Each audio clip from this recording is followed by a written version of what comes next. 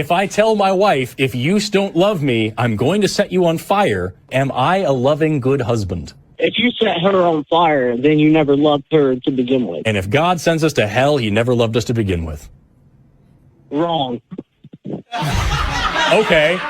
Wow, over 500,000 people thought that was a clever takedown. It wasn't, and here's why. The atheist in this video is attempting to make an argument from analogy. That's when you point to similarities between two things to argue that what's true of one thing must also be true of the other. In this case, if the husband says to his wife, "Love me or I'll set you on fire," we should all agree he's unloving. So if God says, "Love me or go to hell," we should all agree he must be unloving too. You see how this works? It sounds powerful, but it fails badly. Why?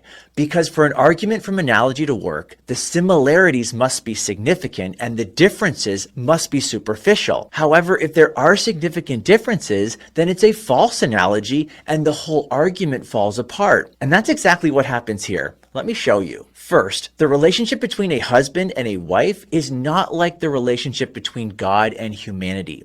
God isn't merely a loving father, he's also a holy judge. And as a judge, he must judge lawbreakers. That's a problem because we have broken God's moral law. We call that the bad news. But here's the good news. God isn't merely a judge, he's also a rescuer. This leads to the next big difference. Second, the husband's threat, "Love me or I'll set you on fire," is nothing like God's offer of salvation.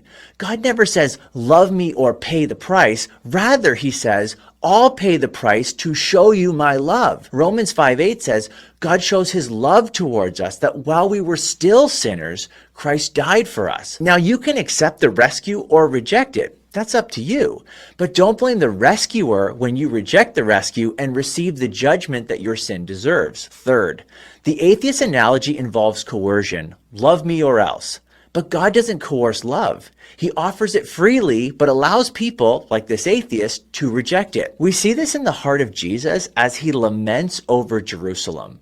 "O Jerusalem, Jerusalem, how often I would have gathered your children together as a hen gathers her brood under her wings, and you were not willing." This is not the voice of an abusive tyrant. It's the cry of a rejected savior.